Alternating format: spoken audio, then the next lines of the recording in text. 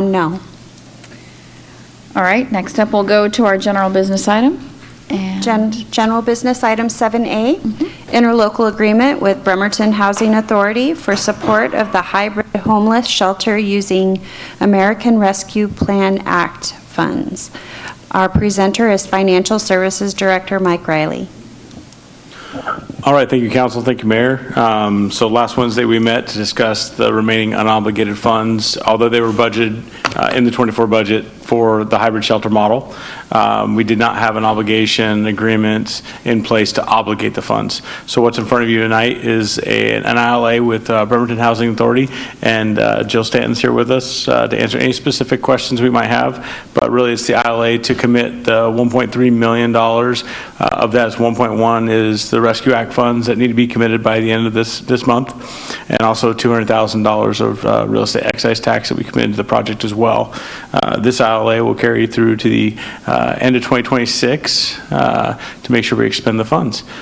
Here to answer any questions. thank you, Director Riley. Does any member of the public wish to comment on this item?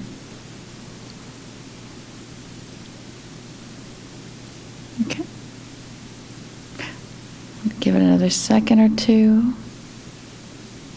Okay. All right. Seeing no public comment, I'll go to council for a motion. Councilor Coughlin. Thank you, Council President.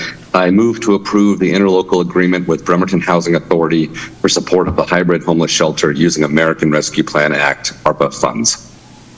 Vice President? Second. All right, we have a motion and a second. Councilor Coughlin, can you lead us off on this discussion?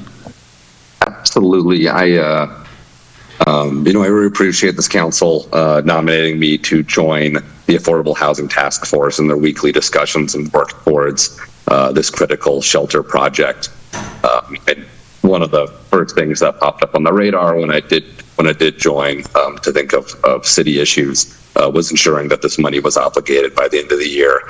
And so I really appreciate working both at the Affordable Housing Task Force and with having meetings with Director Riley to figure out how to move this forward, and his work meeting with Jill Stanton and BHA and others in drafting this agreement as well.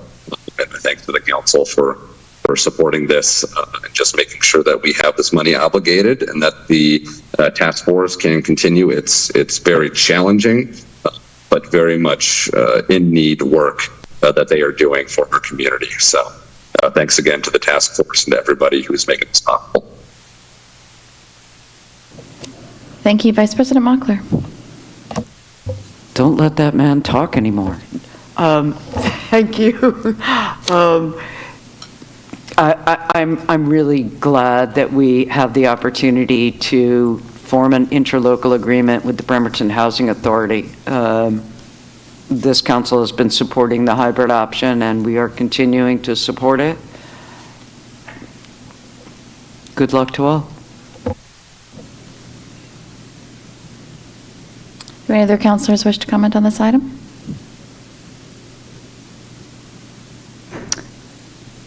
Okay. I think that it's important. We did have a really in-depth discussion during our study session on this, but I want to make sure that the public does understand the implications of obligating the funds. And so just for public transparency, and this is not to throw shade on, and I'm sorry, Director Riley, are you pointing to anything? No, okay, great. Not to throw shade on our community partners, because I know they're working really hard. I wanted to find out if we had any movement towards any agreements on a site location for, or if a site location even needs to be decided before we can obligate these funds. So I can answer the second part of that question. Okay. No, we don't need to have a site obligated. The ILA obligates the funds. So that will meet the requirement for the federal government. We'll be able to have those carry into the new year. We do have Jill Stanton here tonight. Maybe you can shed light on the first question, but I don't have an answer for that for you. Thank you, Ms. Stanton.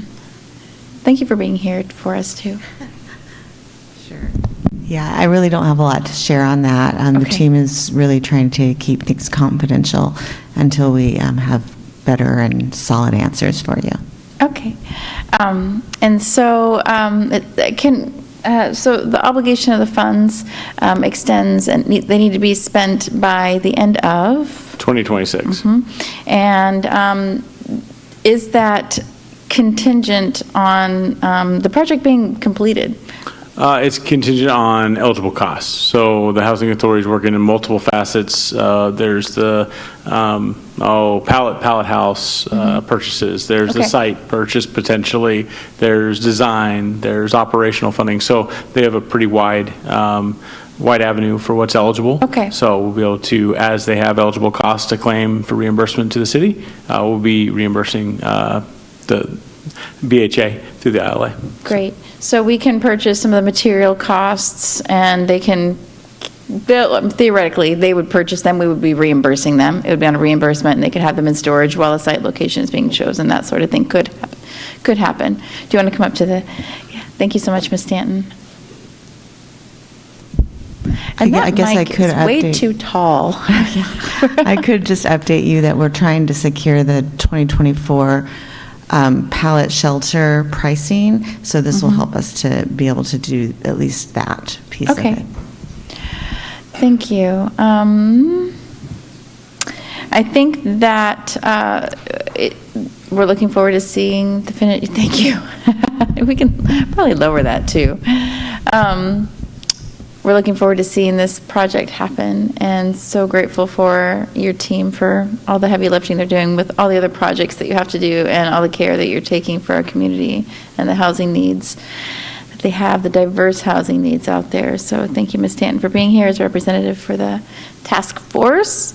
And I have no further questions for now. We'll have plenty of opportunities to check in with you in 2025 and maybe 2026, depending on who's up here, right?